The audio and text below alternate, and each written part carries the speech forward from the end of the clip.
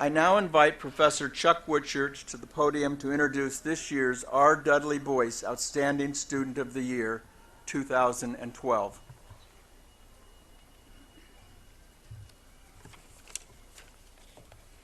Hello, everyone. I met Michael Battistone when he was a business major in my critical thinking class. He'd just been chosen student trustee of the district board, and he was trying to balance class demands with learning the duties and the political nuances of his new job.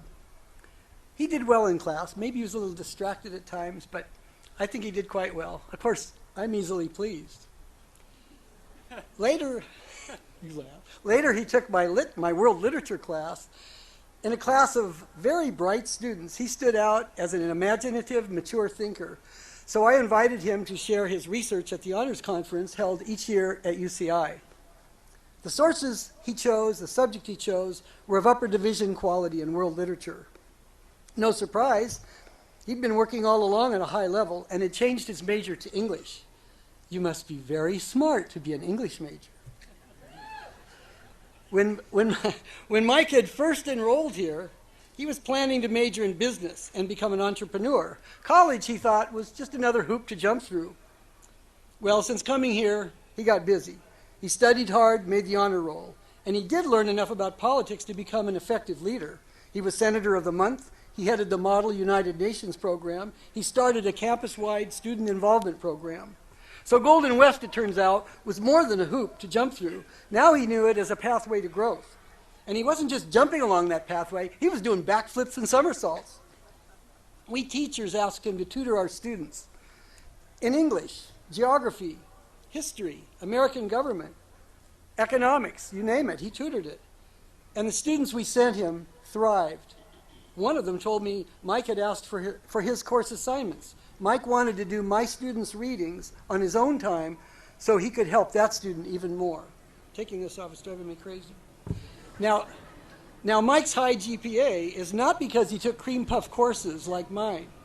He sought out rigorous professors who would challenge him to grow. Stop that. I can't control everything. Do you want me to say positive things about you now? All right. I just told him I'd say positive things about them while I was going over. Anyway, back to this. Here's what some of our best professors said about Mike. Poli-sci professor Margot Bowlby says at the MUN conference in New York that he led, he worked impressively with all student delegates, especially those from abroad. History professor David Moore describes him as superior, genuinely exceptional. Geography professor Jim Rex says he's the sort of student one loves to have in class. His high participation level was a model for his classmates. Professor Sasha Moore tells about his brainchild in her British Lit class, an anthology he created composed of writings by the students, and the students in the class. Working with her and with other students, he then turned that class anthology into a campus-wide one for all students. His reason? Getting students involved in activities spurs them on to become more engaged in their studies. As Professor Moore said, Mike's concern is not only with his own academic excellence, but with heightening everyone's abilities. Now, Mike came here because he wanted to make a good living for himself. His work here shows he has the smarts to do that. Yet while here, he's been giving of himself to others to serve his fellow students. Winston Churchill said, "We make a living by what we get, but we make a life by what we give." Clearly, Mike is making a life. He has gone beyond his original goal to make a living for himself. And he's well on his way to fulfilling his revised goal, becoming the kind of leader who empowers others to make a better life for themselves. This caring for others brings us to the R. Dudley Boyce Award, the highest honor we give a student.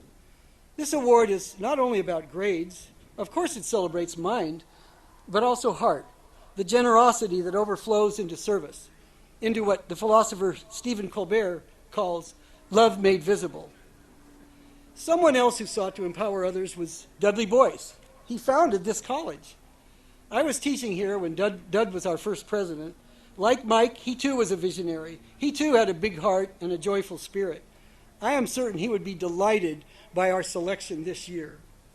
So, for your contribution to this college it is with great pleasure that we present the 2012 R. Dudley Boyce Outstanding Student Award to you, Michael J. Battistone.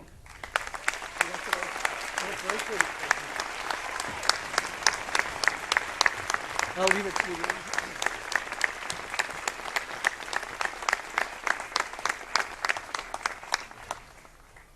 Thank you, everyone, so much. It's a thrill. Professor Whitchurch gave me the best grade in my life, but it wasn't an A. I worked so hard, and at the end of the semester, I got a B plus, which is meaningless. Golden West College is an ABC system. I was a little upset. I thought I deserved an A. But I realized that even though I worked so hard, it wasn't my best. It wasn't my A level. That grade inspired me to work even harder and reach higher. So thank you, Professor Whitchurch, for that B plus.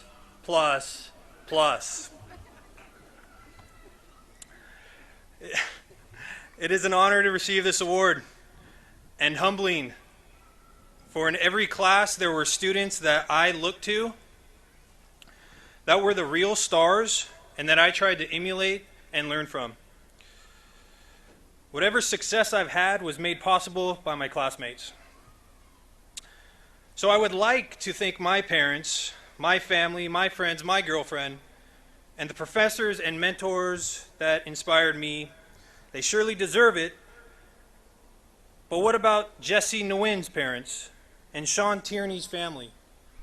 Likewise, all the graduates.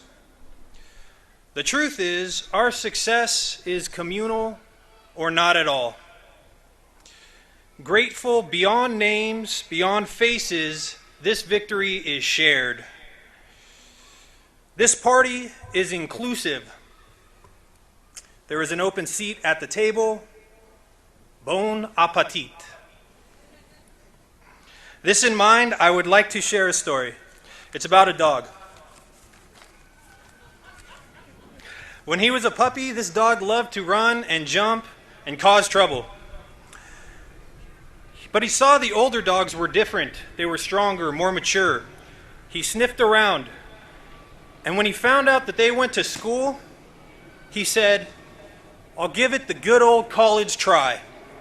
So he enrolled in obedience school. It was terrible. No time to play or take an afternoon nap on the couch. When he made mistakes, his teachers would rub his nose in it and give B+++.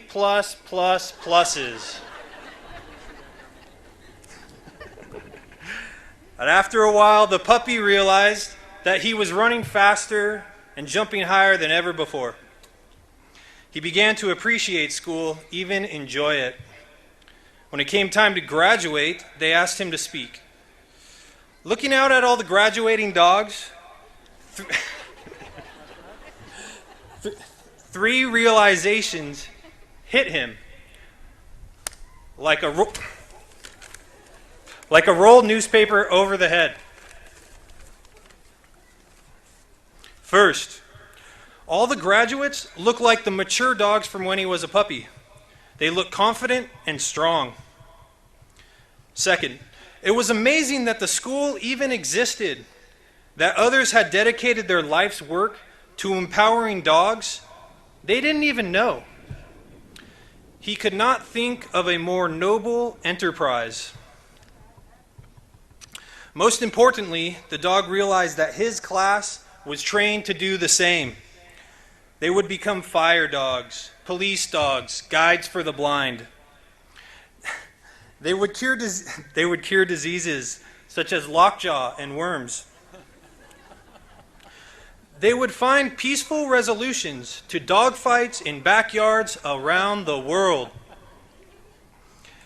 And knowing that billions of dogs are poor and hungry, they would work to ensure that every dog, everywhere, has a bone.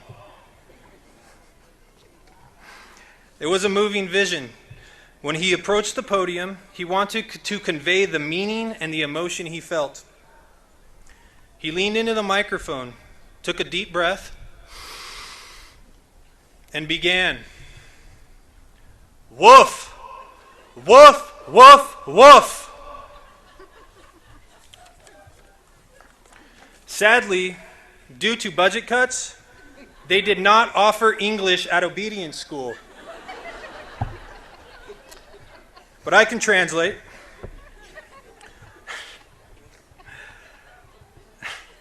The message is this: no matter how successful we become, we should never lose our sense of humor.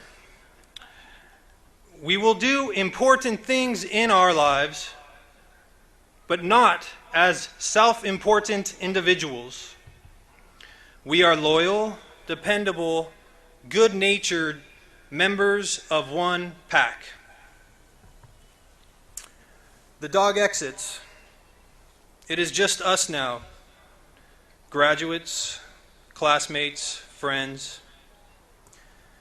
As much as we owe to the past for delivering us, we owe to the future to provide. The torchbearers, the guardians of the flame, we must caretake our infant century. Nothing certain, nothing guaranteed. We must continue to exert. At Golden West College, we have prepared. Now we are standing at a threshold. The past, gone. The future is ours to create. Diplomas mean readiness. Today is our beginning. Thank you.